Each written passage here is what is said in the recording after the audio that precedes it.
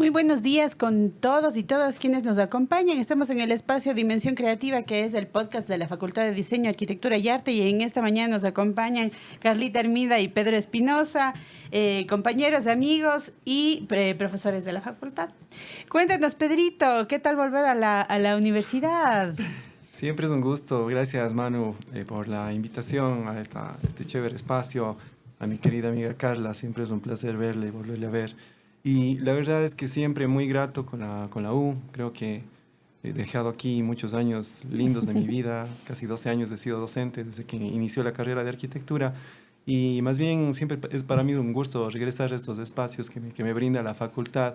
Yo salí ya de la docencia hace un poco más de un año, pero bueno, uno extraña la docencia, pero bueno, por múltiples situaciones de la vida me ha tocado salir, pero siempre busco esos espacios para regresar. De hecho, el viernes regreso también nuevamente. Ah, ya, perfecto. Regresa, pero con la guitarrita. Con la guitarra en mano, sí. Ya, buenísimo. Sí. Y Carlita, ¿qué estás haciendo en este momento? ¿En qué te hallas? Bueno, en este momento de mi vida, como tú sabes, Manu, tengo mi vida bastante cargada con temas de gestión por la dirección de posgrados de la universidad, pero también curioseando en diferentes temas de investigación. Estamos con un proyecto de investigación justamente de jóvenes y espacio público. Acércate un poquito. Un proyecto de investigación muy interesante de jóvenes y espacio público, y también metidos en un tema de poder crear una maestría Erasmus con otros países y otras universidades del mundo. ¿Qué son las maestrías Erasmus? Bueno, las maestrías Erasmus son maestrías que se crean entre varias universidades de diferentes países y nosotros estamos trabajando para crear una en movilidad urbana sostenible justamente con la Universidad de Granada, la Universidad Técnica de Múnich y con la Alberto Hurtado de Chile. Perfecto, buenísimo. Bueno, amigos, nosotros les habíamos invitado hoy día para hablar de la ciudad. Para hablar de la ciudad desde dos perspectivas, que con los amigos de la Junta de Arquitectura, de la Junta Académica de Arquitectura, decíamos, son cosas bien diferenciadas, construir la ciudad y planificar la ciudad. Parecería que es lo mismo, pero no es lo mismo. Entonces, nos ponemos a pensar en Cuenca y cómo nuestra ciudad está creciendo y qué deberíamos hacer. Vemos que crece en vertical, vemos que crece para los lados, estamos planificando la ciudad, ¿no? Desde la perspectiva de quien construye edificios, además. Pedrito, ¿qué está pasando con Cuenca? Chuta, yo creo que debías empezar por la Carlita, que ella es la experta en la ciudad. Yo simplemente ayudo a hacer proyectos. Pero sí, realmente, a ver, hay como que varias aristas, ¿no? Por un lado, como constructores, vemos con preocupación ciertas cosas que, por supuesto, comprometen a la ciudad. El tema de la expansión incontrolable a nivel horizontal de la ciudad, yo creo que eso es uno de los problemas más grandes que tiene Cuenca por todos los costos de servicios y la parte logística que eso implica. Creo que para mí es un problema que uno ve todos los días, que la ciudad se está expandiendo para todos los lados, y la verdad es que la naturaleza de la nueva ordenanza y todo, que en teoría como que incentivaba el crecimiento vertical de la ciudad, tal vez no se está cumpliendo a cabalidad por muchos temas burocráticos, principalmente. Eso es lo triste. Que uno, por ejemplo, escucha a las autoridades del municipio, escucha a los gestores de suelo en la ciudad, dicen, no, es que pucha, nosotros nos hemos demorado años en hacer estas nuevas ordenanzas para incentivar el crecimiento lógico, ordenado, vertical de la ciudad, y eso no está pasando, porque no es ni lógico, ni ordenado, ni mucho menos, ¿no? Y eso es preocupante. O sea, como que la norma se demora, no va a los tiempos de lo que la ciudad va exigiendo. Por supuesto. Yo creo que esa es la causa principal. Cuando tú te metes a hacer un proyecto de crecimiento vertical, te topas con más obstáculos que la vía Cuenca-Molleturo Naranjal. Así de sencillo. Entonces, sí, mucho más. Y eso no puedo mentir, no puedo exagerar, porque realmente es crítico. Uno se mete a hacer un proyecto y yo creo que si te pongo un ejemplo, de 10 proyectos que hemos hecho, 6 se han caído por temas tramitológicos. Por temas tramitológicos. Por temas tramitológicos. No, esos no se caen, están bien construidos, son bien hechos. No, pero en realidad yo creo que hemos hablado miles de veces con la Cámara de la Construcción, hemos hablado miles de veces con el municipio, y realmente es desgastante. Y la ciudad no se merece eso. Los constructores de libre ejercicio no nos merecemos eso. Nosotros, al menos los que tratamos de hacer un proyecto responsable, un proyecto de buena calidad, un proyecto que cumpla la ordenanza, paradójicamente te obligan a no hacerlo. paradójicamente, porque dicen, no, pucha, usted se está moviendo 20 centímetros más del retiro, ya no puede hacer. O pucha, no, usted está queriendo subir un poco más y por temas de diseño, y no puede hacer porque la ordenanza dice que no hay cómo. Entonces, yo creo que hay una falta de sensibilidad ante estos temas aplicativos de la ordenanza a la parte práctica. Entonces hay un divorcio totalmente, o sea, es drástico. O sea, la persona que regula o que controla los planos no sabe los problemas del día a día. La parte ejecutiva de un diseño es complicado. O esta cuestión que tal vez también dentro de las universidades que estamos en deuda, que es la gerencia de un proyecto, ¿no? Cómo gerenciar, cómo manejar toda la cuestión económica de un proyecto de diseño, desde la planificación de la ciudad, que implica también una gerencia, hasta un proyecto desde una casa Por pequeña. supuesto, es que claro, si es que vos le entiendes a la ciudad como una empresa, es así. O sea, la gerencia general son los gestores de ciudad y de territorio. Y las gerencias mínimas, las gerencias chiquitas, son justamente los proyectos, las zonas, los barrios, etcétera, etcétera. Entonces, realmente es triste porque, claro, tú escuchas y, pucha, especialmente las autoridades se llenan la boca diciendo, chuta, estamos haciendo todos los esfuerzos. No se está haciendo nada. O sea, se está partiendo de una cosa absolutamente abstracta. Y al final igual se está haciendo, porque no hacer también es permitir que un montón de cosas sigan pasando, porque la ciudad, sin embargo, eso es lo preocupante. Eso es lo preocupante, que vos, o sea, ningún inversionista te espera 3 años a que salga un plano. Claro. Nadie te espera. Peor, una persona que ha invertido en su crédito de vivienda y todo eso y que está, meses gestionando una licencia urbanística, hasta eso ya te estás pagando intereses en el banco. A mí me pasó, yo cuando construí mi casa, hice una solicitud porque estaba en un terreno medio complicado y hasta que me respondan el oficio fueron 12 meses y yo estaba pagando intereses de mi hipoteca. Entonces, ¿qué es lo que pasa? Te obligan a hacer las cosas sin permiso. O te obligan a infringir porque tú quieres cumplir y necesitas comenzar, y ese es el día a día de la ciudad. Lamentablemente es así.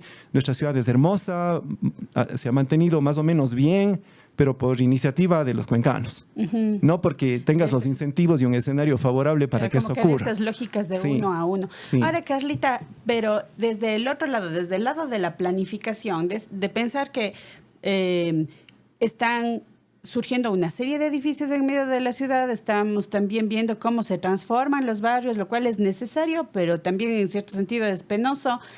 ¿Qué pasa, por ejemplo, con el tema de los servicios? Y cuando decimos servicios, decimos agua potable, luz, buses o líneas de buses, vías que pueden hacer que la gente pueda transitar tranquilamente por ahí. ¿Cómo actuar en ese sentido? Si es que la ciudad va exigiendo eso, va exigiendo cambios. Sí, Manu, efectivamente estamos, yo creo que ahorita en Cuenca justamente en un momento de esa tensión. Durante muchísimos años Cuenca creció, tú sabes, como una ciudad de muy baja densidad, casitas de 1, 2, hasta 3 pisos. Eso quiere decir, para quienes no nos entienden el tema de la densidad, sí, quiere decir... es decir, que muy poca gente viviendo en grandes extensiones de territorio. Entonces, eso hacía que la ciudad se vaya extendiendo. Y eso, yo me acuerdo cuando era niña y no sabía mucho de estos temas, pero veníamos a Cuenca porque vivíamos en Quito y mi papá, cuando entrábamos por la vía que venía de Quito, veía Cuenca y decía, ¡ay, por fin Cuenca está creciendo! Claro, lo veíamos como algo positivo. Llegó el progreso. Bueno, como que Cuenca por fin ya es una ciudad grande, hasta que obviamente ahora se sabe que no, que la ciudad no tiene que ser grande. Mientras más pequeña, la ciudad es mucho más sustentable, mucho más... mientras más cercana, digamos. Claro, ¿no? hay muchas...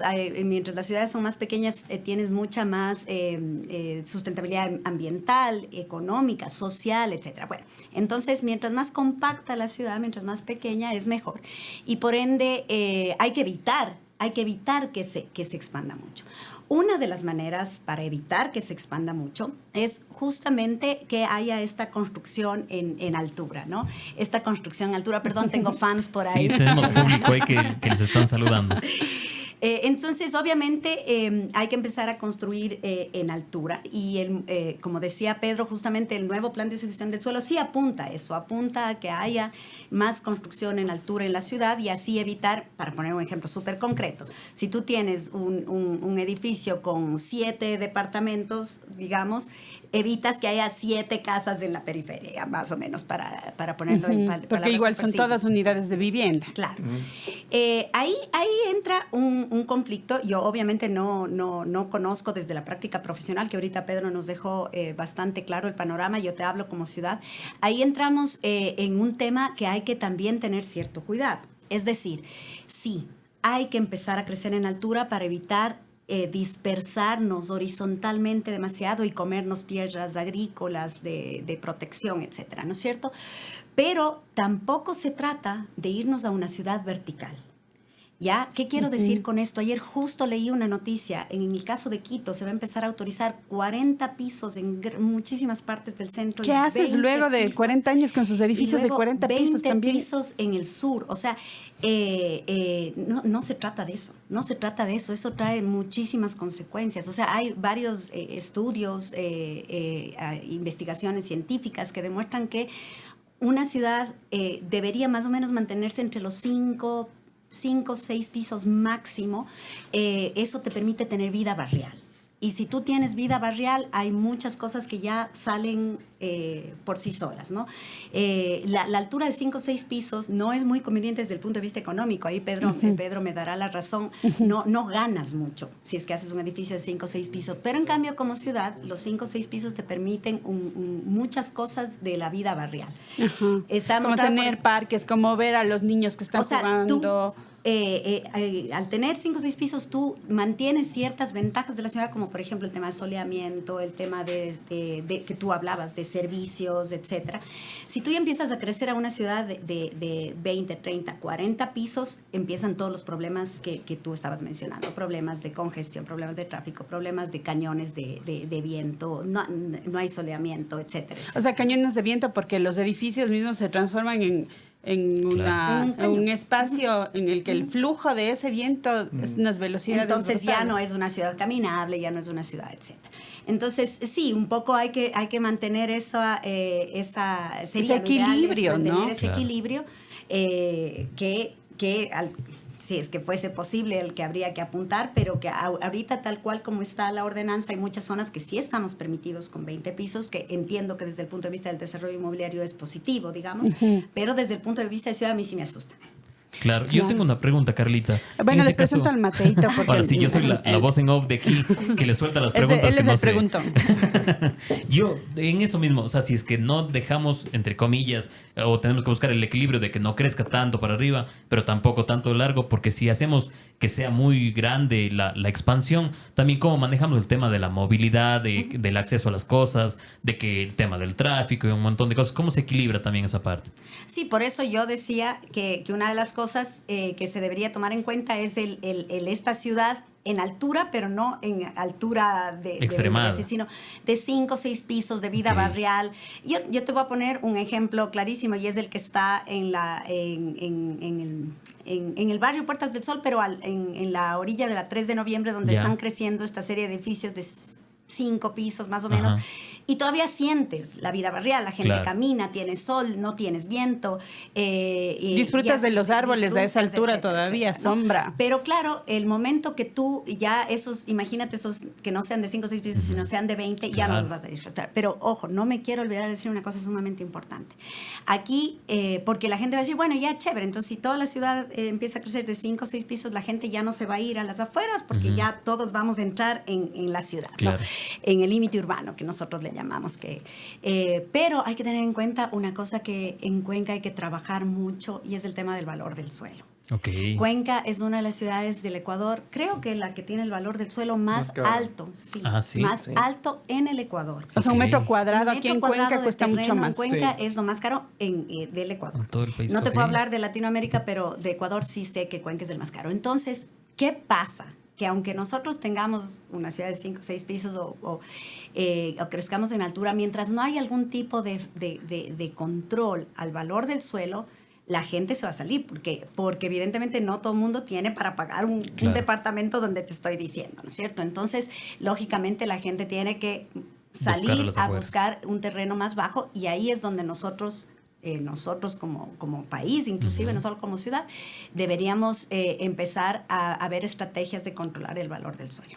Ahora, ¿cómo controlamos el valor del suelo? Porque parecería que todo está como liberalizándose, ¿no es cierto? Como que hay muy poco control. Estamos dejando que el suelo cueste lo que tenga que costar. De repente, de hace 10 años acá, hay una subida del metro cuadrado en Cuenca muy, muy fuerte. ¿Qué tenemos que hacer como profesionales? ¿Debemos organizarnos? ¿Quién pone las voces? Nos estamos organizando como profesionales en las distintas áreas, los planificadores, arquitectos, arquitectas. ¿Qué pasa, Pedrito? ¿O estamos trabajando individualmente este rato? Es una pregunta muy difícil, porque ya se intentó de parte del municipio, si no me falla la memoria, Carlita, tú me corriges, tú estás más al tanto de eso, pero el municipio trató de regular de alguna manera el costo del suelo con ciertos indicadores lógicos de cuánto debería, pero son indicadores. Porque a la larga lo que prima aquí es la oferta y la demanda. O sea, si es que vos dices, no, mi suelo cuesta $1,000 el metro y hay alguien que te paga, cuesta $1,000 el metro. Entonces, esa es nuestra triste realidad. O sea, que no hay un ente regulador del costo del suelo. O sea, el municipio sí puede dar parámetros, dar estadísticas, pero decir el suelo debería... que yo le digo que eso sí, debería constar esto, pero lo que dice... Sí, lo que dice Carlita es totalmente cierto. O sea, por ejemplo, si vos compras un suelo caro y haces solo 4 pisos, no pagas ni el costo del suelo con un proyecto. Entonces, ¿qué es lo que necesitas? Llegar, lo que los constructores llamamos un punto de equilibrio, que dicen, no, para que de alguna manera se pueda pagar el costo del suelo, que yo estoy pagando, no sé, pues a $1,000 del metro, tengo que hacer mínimo 7 pisos. Es lo que te decía. ¿Qué tal, no? Entonces, si no llegas a ese punto de equilibrio, la ciudad se para, ¿sí? Entonces, el tema de la oferta y la demanda... O si no termina saliendo, o pasa lo que pasa este rato en Chauyabamba, que ya no es que la gente se va a vivir en el campo, en Chauyabamba, sino ves urbanizaciones con unas casas, con casitas también, cajita de fósforos, ¿no es cierto? Sí. Entonces, bueno, ¿cuál es la diferencia de vivir en Chauyabamba si voy a vivir como en Misicata o si voy a vivir como en cualquier otro barrio de Cuenca? Exactamente. Yo creo que es el tema... A ver, Cuenca es una ciudad hermosa. A veces estamos hablando solo de la Pero parte... no estamos romantizando mucho Cuenca. Eso te iba a decir. O sea, Cuenca es una ciudad hermosa, es una ciudad que es linda para vivir, pero también tiene muchos problemas. Entonces, uno de ellos es justamente ese espejismo de que yo, viviendo en el campo, vivo mejor, o viviendo en la ciudad, vivo mejor. O sea, realmente puedes vivir bien en los dos escenarios, siempre y cuando vivas en un chévere barrio o vivas en un proyecto de alguna manera. Tengas tiendas, tengas farmas, Sí, tengas parques. buen ambiente, eso es lo chévere, ¿no? Más bien a eso yo iba, que a veces cuando, y no es una crítica a los planificadores de la ciudad, ojo, ¿no? Sino más bien es un pensamiento que yo he tenido siempre. El tema de la planificación territorial, o sea, de las personas que planifican la ciudad, a veces es muy bidimensional. A veces solo ves en un plano aéreo y dices, aquí hago una mancha, este barrio crece 2 pisos, aquí hago una mancha, este barrio crece 11 pisos, acá hago una mancha, aquí no crece nada. Es un poco Y la jugar ciudad a no los es así. legos, ¿no? Y la ciudad no es así. La ciudad es increíblemente compleja. La ciudad es un verdadero palimpsesto donde se mezclan muchísimas cosas, desde lo histórico, cultural y todo. Podemos ir a cosas más profundas. Pero sin ir a lo profundo, Cuenca es una ciudad tridimensional, como todas las otras ciudades del mundo. Entonces, la complejidad de estar caminando en algo tridimensional, ya te pone la topografía, ya te pone el árbol, ya te pone... Te ponen las montañas que empiezan a... Te ponen, exacto, o sea, son cosas interesantes que a veces la planificación clásica no te permite hacer ese análisis. Es decir, el hecho de que, por ejemplo, vos dices, estoy en una zona, como dicen en el municipio, estás en un polígono de intervención territorial X23. Entonces, en el polígono de planificación territorial X23 no puedes hacer algo que no esté fuera de la norma. Y no es tan así, porque en el polígono que te hablo hay diferentes realidades territoriales ahí. O sea, ahí al un lado tienes una quebrada y si no puedes hacer nada, claro. Pero al otro lado tienes un escenario despejado donde a lo mejor sí puedes hacer un edificio de altura. Y en otras zonas... estás afectando un paisaje. Sí, o sea, es que debe ser así, el análisis debe ser un poquito más profundo, o sea, y lo contrario, a veces te dicen, en este polígono se puede llenarle de edificios, pero a lo mejor estás al lado de una parte estratégica de la ciudad donde no debes construir en altura, sino más bien debes ayudar a que los edificios que van a estar atrás tengan un escenario barrial y tengan un equipamiento, o sea, sí me hago entender, o sea, claro. La idea es que esta cuestión es muchísimo más compleja que un plano. Planificar a otras escalas, tal vez la manera en la que estamos planificando o lo que estamos permitiendo que la ciudad se construya no es la manera correcta, deberíamos inventarnos otras. Este rato ya me voy a poner súper creativa, pero me imagino que podríamos pensar en otro tipo de planificación que una estos dos tiempos, el tiempo del que construye y el tiempo del que planifica. ¿Hay algún antecedente de ciudad en el que esto sucede, en el que se pueda poner en diálogo? Y, por ejemplo, me imagino que el Pedro llega con un proyecto y puede presentarlo a esta comisión de planificación y decir, señores, pensemos en estas posibilidades que está respetando el perfil de montaña porque todavía queremos ver, porque a mí me pasa que yo voy por la ciudad y ya hay montañas que no veo por los edificios y digo, ojo, algo está cambiando también aquí en esta ciudad. ¿Podríamos inventarnos, Carlita, alguna otra forma de planificar la ciudad, de acordar entre quienes administran la ciudad y quienes la construyen? A ver, siempre la respuesta es sí. ¿Cuántos años tome eso? Es otra cosa. Pero bueno, te cuento que Brasil sí tiene un ejemplo interesante. Ellos plantearon lo que se llama el Estatuto de la Ciudad. Ahorita se me va la fecha, pero quizás hace unos 15, 20 años. Y en el Estatuto de la Ciudad está planteado como estas especies de acuerdos en donde los desarrolladores inmobiliarios plantean sus proyectos respetando una serie de cosas ambientales, paisajísticas, etcétera, y dejando sobre todo una cantidad de espacio público a la ciudad, a través de sus proyectos. ¿Qué ganan ellos? Me vas a decir, por supuesto. Claro. Los desarrolladores también ganan porque se les da cierta flexibilidad en ciertas cosas.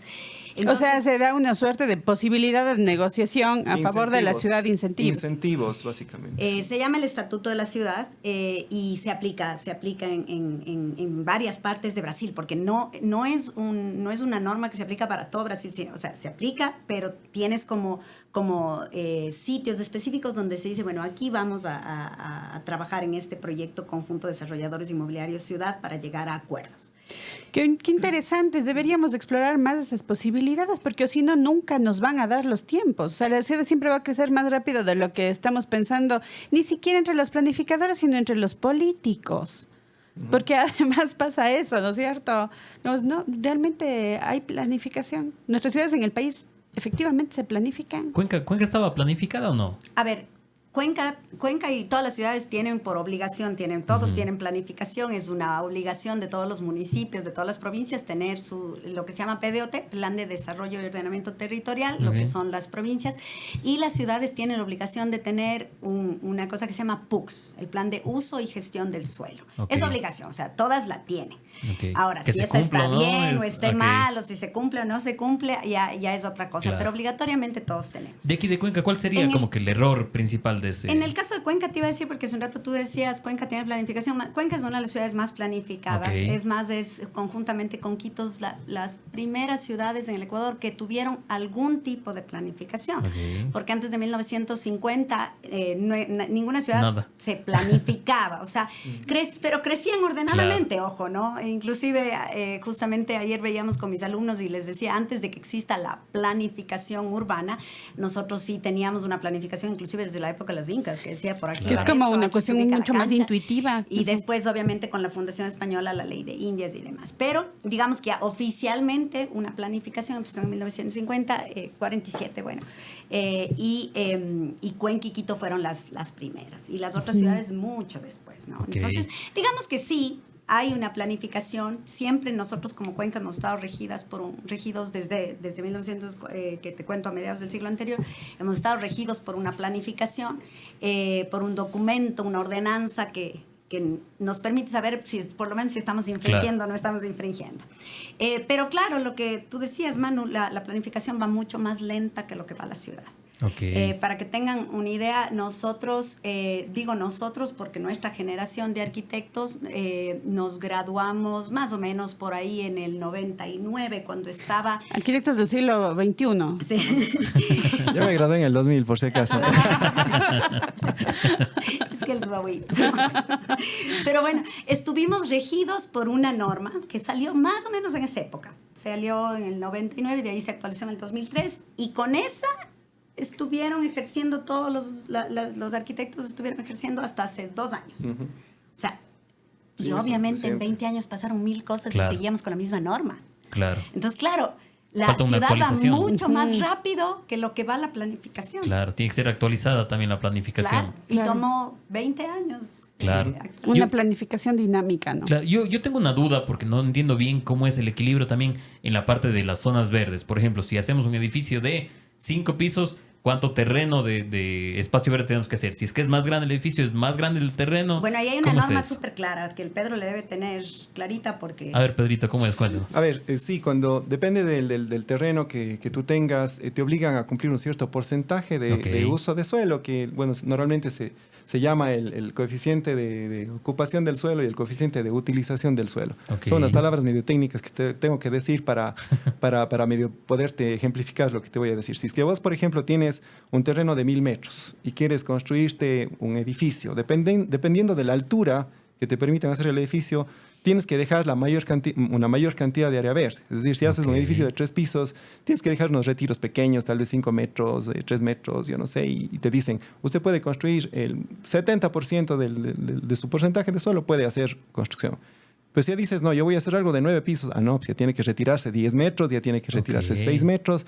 Eso a la larga sí es como que ganar un poco de área verde a la ciudad dentro del predio. Claro. Pero para que te permitan esa edificabilidad también debes cumplir un ancho mínimo de vía, un porcentaje de áreas verdes en el barrio. O sea, sí de alguna manera, y eso sí comparto con Carla, la ciudad con el nuevo plan de ordenamiento sí ha tratado de regular un poco más estrictamente esto, ¿no? Y eso es algo positivo para la ciudad. De lo contrario, es un crecimiento desproporcionado, desmedido y totalmente Claro. o sea, sin sensibilidad con la Pero ciudad. hay zonas que están como más hipercontroladas que otras. O sea, hay zonas en las que la autoridad no ve demasiado y están pasando cosas de repente sin mucho control. O sea, creo que no, porque en realidad la ciudad está controlada por todo lado, inclusive en el sector rural. O sea, antes tú podías hacer lo que quieras y ahora no se puede. Y eso es Ya. bueno, porque sí hay control. Sino que a veces el tema de la pertinencia o no de ciertos proyectos en la ciudad se rige demasiado a una norma, que la norma a lo mejor se hizo con la mejor de las intenciones, valga la redundancia. Sin embargo, no corresponde a la realidad del O- polígono. claro, no, Sí, no corresponde a la realidad del contexto Por porque habrá que supuesto. evaluar contextos. Exacto, entonces lo que decíamos alguna vez, si es que las normas se hacen para el municipio y tienes vos un grupo de arquitectas que trabajan en el municipio controlando esto, son técnicos en arquitectura. Claro, no solo están encargados de hacer cumplir la ley, porque para eso te contratas un buró de abogados y te va a trabajar mucho mejor que los técnicos de arquitectura. Sino justamente porque deberían ser técnicos de arquitectura, porque justamente deben poder tomar alguna decisión. Deben tener el criterio suficiente Un para criterio, discernir qué sí, hacer. para decir, perfecto, esto es lo que dice la ordenanza, pero por las condiciones especiales de este territorio, o por las condiciones especiales de su proyecto, lo que dice Carles Chévere. Yo puedo decir, perfecto, a mí solo me permiten 3 pisos y tengo que dejar un retiro de 3 metros. No, yo lo que le propongo, vea, mi terreno es especial, es un terreno alargado, yo me retiro 20 metros, pero déjeme hacer 5. Eso es mejor para la ciudad, es mejor para mi proyecto, es mejor para el inversionista. Entonces, sí debe haber cierto grado de flexibilidad. Tenemos que partir de un ordenanza, si no, tampoco estamos en libre albedrío y cada quien puede hacer lo que sea. No, si no, la ciudad se descontrola. Pero partiendo de una ordenanza, partiendo de un ejercicio de ordenamiento, sí debería haber un poco más de flexibilidad en cuanto a los técnicos para analizar casos específicos, ¿no? O sea, yo creo que eso es de la petición clave. que yo te puedo hacer como profesional externo. Es que, como decía la Carlita, la ciudad fue creciendo, sin embargo, de manera medianamente armónica en un momento antes de que nos pusiéramos muy ordenados y estableciéramos un plan. Y tal vez era porque existía una intuitiva negociación con el contexto también. O si no, el barranco no hubiera sido lo que el barranco es, porque no existía pues normativa cuando el barranco surgió y esas casitas empezaron a estar colgadas ahí, pero veían a su vecino y establecían unas alturas. Así es. Entonces, me parece también que estamos en una sociedad de manera general, y me voy a poner medio filosófica, egoísta. Me parece que estamos como todos, constructores, planificadores, mirando solamente nuestro metro cuadrado de beneficio. Ahorita no puedo evitar acordarme tanto con lo que decía Pedro, con lo que dices tú. Hay una parte de la norma que no sé si cambió en el nuevo plan de uso y gestión del suelo, tú me dirás, Pedrito, pero había una parte de la norma anterior en que decía que tú puedes alzarte un piso más siempre y cuando en el último piso tú te retires un poco y que tengas cubierta inclinada. Y eso provocó que tengamos cantidad de edificios en la época en la que se hizo esa reforma, cantidad de edificios que tienen una torta arriba. Claro. Una pajarera. Tienes una quinta de 11 pisos. Claro, alguno de mis hijos decía, ¿por qué hay tantos edificios con una torta? Con una casita arriba. Con una casita arriba. ¿Por qué hay tantos edificios con una casita arriba? Y efectivamente era por este cumplimiento de la norma. O sea, la norma decía, ya, usted sí puede hacer un piso más siempre y cuando haga una casa arriba. Aguardille. Y claro, los buenos arquitectos, los buenos diseñadores iban al municipio y decían, oiga, déjeme hacer el piso completo y el edificio va a quedar muchísimo mejor, muchísimo más, pero bueno, ya ahí vienen todos los temas que ya el Pedro nos arrancó. Sí. Ahora, amigos, hay otro tema que es importante y aunque tal vez no es exactamente de su área de experticia como ciudadanos y por supuesto como profesionales podemos opinar, ¿qué pasa también con la turistificación de la ciudad? Este tema de que nos encante que Cuenca sea una ciudad turística, que el desarrollo turístico, que vengan miles de personas, ¿no estará subiendo también el costo del suelo? ¿No estará provocándonos también otros problemas? ¿No tendremos que ponernos también a analizar y dar un pasito atrás con perspectiva para decir, a ver, turismo, qué bonito, pero también el turismo trae problemas? ¿Qué dice Pedrito? Híjole, no es mi tema, la verdad. ¿Qué te puedo decir? Claro, uno a veces se enorgullece de decir el feriado llegaron, no sé, pues 8,000 turistas, pero bueno, no sé, eso sí puede tener un beneficio tal vez económico para la ciudad, pero no tiene un beneficio desde otros puntos de vista, ¿no? Uh-huh. A veces la gente viene, por ejemplo, yo te hablo de casos cercanos que conozco, de que, por ejemplo, personas que rentan sus departamentos y todo eso, dicen, se fregó, viene el feriado. Pero se fregó, pero si vas a coger plata de... No, dice, el problema es que nosotros administramos unos Airbnbs y nosotros ponemos un anuncio de que es una suitecita para 2 personas y llegan 30 personas de Guayaquil y destrozan todo. Y, o sea, también tienes ese otro tipo de problemas que te hablo desde, vienen y desde lo que yo conozco. Yo estoy con mis guaguas en mi departamento de lado. Exacto, y produces el ruido y contaminación y, por ejemplo, el tema de los bares y esas cosas, muchos son regulados, muchos no son regulados y se abren solo para feriados. Entonces es un tormento para las personas, los habitantes de Cuenca, uh-huh, que se abran un bar solo por feriado o alguna cosa y no dormiste 4 o 5 días. O tuviste broncas, tuviste borrachitos, tuviste, o sea, otro tipo de problemas. O bares que ya están exclusivamente destinados a ese uso de la farra y ya la gente ya no puede vivir ahí, entonces en otros días de semana están completamente vacíos. Eso está pasando. Imagínate lo que pasó con la Calle Larga mismo, es uno de los mejores ejemplos. La Calle Larga, yo tenía mi oficina ahí, cuando recién me gradué yo tenía la oficina ahí en una de las casas más lindas ahí al lado, uh-huh, de la escalinata, de la familia Malo, yo les rentaba ahí. Mi hermano vivía también ahí, entonces, o sea, teníamos como que los dos... Tenías el lujo de vivir en el centro. Tenías el lujo y muchas familias vivían ahí. Recién se empezaron a hacer unos restaurantitos, los barcitos ahí. Y este rato la gente ya casi no puede vivir en la Calle Larga. Yo conozco muchas personas de la Calle Larga que han ido a otros lados. Es imposible vivir en la Calle Larga. Y cuando empezó era chévere. ¡Ay, qué linda que se está poniendo la Calle Larga! Con el barcito, con la mesita afuera. ¡Qué linda que se está poniendo! Eso decías hace 15 años. Uh-huh. Y ahora dices, chuta, ya no está tan linda.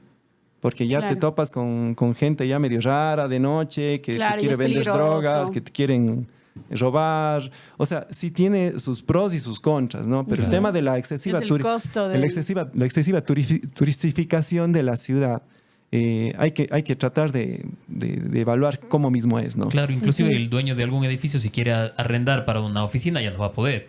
Porque de por sí el lugar ahora ya no se ve como un lugar para oficinas, ¿no? Claro. Sí, efectivamente, la ciudad es llena de estas dualidades y de estas pugnas. Todo el tema urbano, nunca hay una sola respuesta correcta, siempre hay de los dos. Y efectivamente, como dice Pedro, dinamiza full economía el tema del turismo, que la gente se toma un helado, que se come un sándwich, que use el tranvía, que etcétera, y eso es positivo como ciudad. Pero inevitablemente la turistificación en todo el mundo también tiene sus impactos negativos, inclusive los que tú mencionas, que se se llama la gentrificación. ¿Qué quiere decir la gentrificación? Es cuando un barrio cambia radicalmente de uso y de moradores y de la gente que lo ocupa, y los anteriores tienen que salir. A disfrazarse de barrio antiguo, No a la pero ya... fuerza, exacto. La gente tiene que salir, no a la fuerza, no con una pistola en la mano, pero tiene que salir porque a la presión les va sacando afuera. Ahí yo solamente quería comentarte un ejemplo interesante de Barcelona. ¿Qué pasó con Barcelona? El centro de Barcelona ya no vivía la gente de Barcelona. Era tan turístico, tan turístico, tan turístico que no vivían barceloneses. Ya. Simplemente todo era Airbnb, todo era Airbnb, y obviamente los precios sumamente altos porque el Airbnb es costoso, que ya nadie podía pagar un arriendo como persona. Un arriendo normal, o sea, todos alquileres temporarios, no alquileres permanentes. Entonces la alcaldesa de Barcelona, bueno, ella con concejales y demás, bueno, salió una norma para controlar los precios del Airbnb en el centro de Barcelona. ¿Y eso qué hizo? Que como había un tope para el valor del Airbnb, súper controlado además, los dueños ya les convenía casi igual arrendarle a un barcelonés. Ya. Y entonces otra vez están volviendo O a los estudiantes barceloneses. extranjeros que vienen y viven un año. Entonces qué sé está yo. poquito a poco volviendo la gente a ocupar su ciudad. Chuta, súper interesante. ¿Qué dice Mateito? ¿Qué le ha parecido el tema? Súper interesante, me llama la atención porque, o sea, por ejemplo, me pasa un montón con mis tíos que me dicen, la ciudad ha crecido un montón. Tengo tíos que viven en Canadá, en Estados Unidos, y vienen de vacaciones y me dicen, qué loco cómo ha crecido la ciudad. Y para mí es como que no me doy cuenta tampoco lo mucho que ha crecido. Y hay lugares donde ellos dicen era súper lejos y ahora está cerquita porque ya hay hospital, ya hay esto, ya hay un mercado, ya hay el resto. Y también hablan ellos un montón de que les da, entre comillas, miedo de que se parezca mucho a Guayaquil, de que hay muchos lugares donde es solo edificios y ni un solo parque. Y si es que hay parque, es un parque chiquito. Entonces ellos valoran un montón los espacios verdes que hay en la ciudad. Que creo que eso también es un plus que tiene Cuenca, ¿no? Hay un montón de espacios verdes. Pero Mateo, es un plus que tiene, pero que hay que cuidar como el Claro. oro. Porque ¿qué está pasando? Y perdón, es que tengo que decir eso. Creo que estamos Sí, con el sí. tiempo, pero Sí, tengo sí, que decir perfecto. eso. Las zonas como más periféricas de la ciudad están empezando a crecer sin áreas verdes, Ok. porque nos llenamos de conjuntos habitacionales cerrados, y los conjuntos habitacionales cerrados no tienen que dejar espacio verde, por ley no tienen que dejar espacio verde a la no ciudad. les piden. Antes, cuando tú hacías una urbanización, una lotización, tú por ley tenías que dejar espacio verde. Interno, aunque sea. No, es que interno da lo mismo, eso es No se privado. puede, ok. O sea, no es lo Tiene mismo que que un ser- espacio Tenías para el público. disfrute Ok. de Ya. todos. Es Ok. decir, toda la zona tan linda que tenemos de la zona del Paraíso, la zona del Ejido, la zona, Ajá. etcétera, fueron lotizaciones que por obligación tenías que dejar un espacio grande para el municipio, para el Estado, para que se haga parque, para que se haga, etcétera, ¿no? Pero ahora nuestra periferia, todo lo que es Misicata, Ochoa León, Baguanchi, etcétera, Ricardo. todas esas zonas, exacto, están creciendo, ya no bajo esta norma, sino bajo una nueva norma que es la ley, la propiedad horizontal. Entonces, en la propiedad horizontal se hace el conjunto habitacional cerrado y no tienen que dejar espacio verde para el público. Ok. Adentro tienen que dejar un trocito para que jueguen los guavos de la Ok. propia urbanización, pero Claro. eso no es espacio público.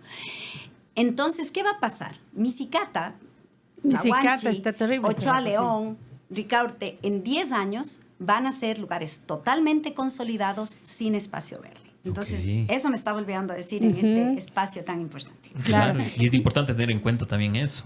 Sí, y además con este otro problema ambiental súper fuerte, que es que cuando no tienes árboles y no tienes sombras, empiezas a generar estas Islas de calor. islas de calor, ¿no? Que también es otro problema súper grande relacionado con la sustentabilidad. Y estamos viendo que la ciudad crece de esta manera desordenada, que construimos donde queremos, porque ese es mi terrenito, porque es el único terreno que tengo para construir, porque ¿por qué no me dejan construir ahí? De repente se te cae la quebrada encima.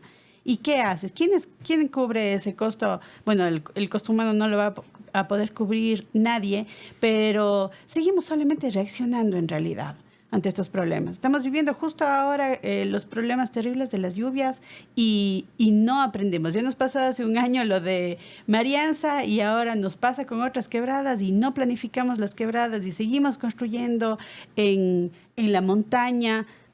¿Cuál es nuestra responsabilidad ciudadana, Pedro? No hacerlo. O sea, esa es la responsabilidad. O sea, todo el mundo sabe que eso no está bien. saben los municipales, saben los promotores inmobiliarios, saben los mismos propietarios. Y sin embargo lo hacen. Entonces hay que ver otro tipo de solución. No se puede dejar así la cuestión así tan libre de que sí, es el único terrenito que tengo. Pero no, ahí sí no puedes construir. O sea, la gente tiene que tomar conciencia. Y eso nadie te va a regular. Uno mismo tiene que tomar conciencia de eso y decir, no, eso yo no lo puedo hacer. Por más que sea mi único terrenito, tengo que buscarle otro, tengo que irme más al ladito, lo que sea. Pero esa es responsabilidad de los ciudadanos. Eso es responsabilidad de los ciudadanos. Todo este tema de la vulnerabilidad ante catástrofes naturales se da mucho por eso, por esa irresponsabilidad. Yo he visto proyectos, recién estuve en Quito y me asusté de un proyecto que se está haciendo allá en plena quebrada, un proyecto gigante de departamentos. Ahí está en medio, está sobre una quebrada. No ha de pasar nada, pero. No ha de pasar nada, porque está chévere. No, sí va a pasar. Tenemos una suerte que no ha de pasar. Sí, es que eso te digo, te pongo el ejemplo de otro lado, porque realmente, o sea, ya el sentido común se perdió. O sea, si una casita chiquita del señor que cuida la vaquita, chuta, está poniéndose en riesgo su poco patrimonio que tiene construyéndose su casita al lado de la quebrada. Imagínate un proyecto donde viven, no sé, 300, 400 familias. Claro. Es una irresponsabilidad macabra. Ese ya es un dolo, ¿no? No, eso ya es una irresponsabilidad macabra, vista y paciencia de todo el mundo. O sea, no, claro. Eso yo creo que no está bien. Pero ¿y quién les dice algo? O sea, ¿quién? Ni las autoridades reaccionan, los promotores felices cobrando sus cosas y los pobres dueños, sabiendo que están dentro de una quebrada, se atreven a comprar. Entonces, esas cosas no entiendes. El tema ambiental nos cae encima. Y ahí entra el tema en el que Carlita trabaja desde hace tiempos, que es la movilidad. ¿Qué es lo que pasa con la movilidad en Cuenca, Carlita? ¿Cómo nos estamos moviendo? ¿Estamos haciendo cosas para movernos de mejor manera, para contaminarnos menos? ¿Qué dice? Es que es una pregunta que no da como para ¿cuántos minutos? Tienes 5 minutos para contestar. Tenemos que ir cerrando, lamentablemente. Sí, por eso cuando la manera me plantea la pregunta, yo como, pero esto no está no como teníamos para, poco tiempo. No está como para cierre. Hay que hacer un segundo capítulo, pero para poder cerrar poder cerrar en poquísimo tiempo, Manu. A ver, yo creo que en Cuenca, al igual que en muchos otros temas, Cuenca es pionera en muchas cosas, ¿no? Si bien hoy día hemos sido bastante críticos porque es nuestra ciudad y en la que vivimos, a la larga es una ciudad que ha sido bastante pionera en varias cosas y también en el tema de la movilidad, ¿no? Entonces yo creo que sí se están haciendo cosas para mejorar el tema de la movilidad, pero nos queda un largo camino por recorrer. Solamente decir que si es que nosotros queremos mejorar el tema de la movilidad, una de las cosas más importantes es potenciar el transporte público. Creo que el tranvía sí ayuda, pero por supuesto hay muchas otras cosas que hacer con respecto al transporte público.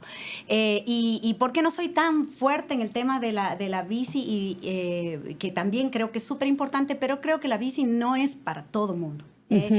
Primero, no es para distancias largas y segundo, no es para una persona de tercera edad, quizá no es para alguien con discapacidad, no es para un niño muy chiquito, etcétera. Entonces, lo que sí es para todo el mundo es el transporte público. Entonces, yo creo que sí hay que reforzar el tema de la movilidad no motorizada, pero hay que darle muchísima fuerza al tema de las rutas, de la comodidad, de esa conectividad, de la seguridad, ¿no? De la conectividad. Y adaptar también ese transporte público para las personas, porque si bien está pensado para todos, no siempre está tan adaptado. Claro. Hablo de nivel personal, a mí me cuesta un montón, yo no puedo subirme a un bus. Y es lo más fácil que uno tiene, entre comillas, para tomar. Entonces, aún así, también hay que pensar en una modificación al transporte y que sea mucho más adaptado y demás. Yo creo que la inversión más fuerte en movilidad tendría que ser al transporte. Exacto. Sí. Entonces, ahí en ese caso, lo que hicimos con el tranvía fue una buena decisión finalmente. Bueno, tú sabes que yo siempre he sido pro tranvía, sigo siendo pro tranvía y quisiera que hubiesen los recursos para tener una segunda línea de tranvía. Por supuesto es difícil, es una inversión demasiadamente fuerte, pero sí sería lo ideal. Sería lo ideal. Bueno, muchísimas gracias, Pedro, muchísimas gracias. Carla, Mateito, Oscar, que nos está acompañando hoy día. Esto fue Dimensión Creativa, el podcast de la Facultad de Diseño, Arquitectura y Arte y todas sus escuelas de arquitectura, diseño gráfico, diseño de productos, diseño textil, indumentaria, diseño de interiores y me falta alguna. ¿Cuál más? Arquitectura. Ay, Dios mío. Sí, primerita. Arte teatral, okay, por arte favor. Teatral, también, claro. Sí, siempre me dicen que tengo que ir a arte teatral. Y la próxima con cafecito. Sí, por favor. Muchísimas gracias y nos vemos la próxima semana. Chao, amigos. Gracias por la invitación.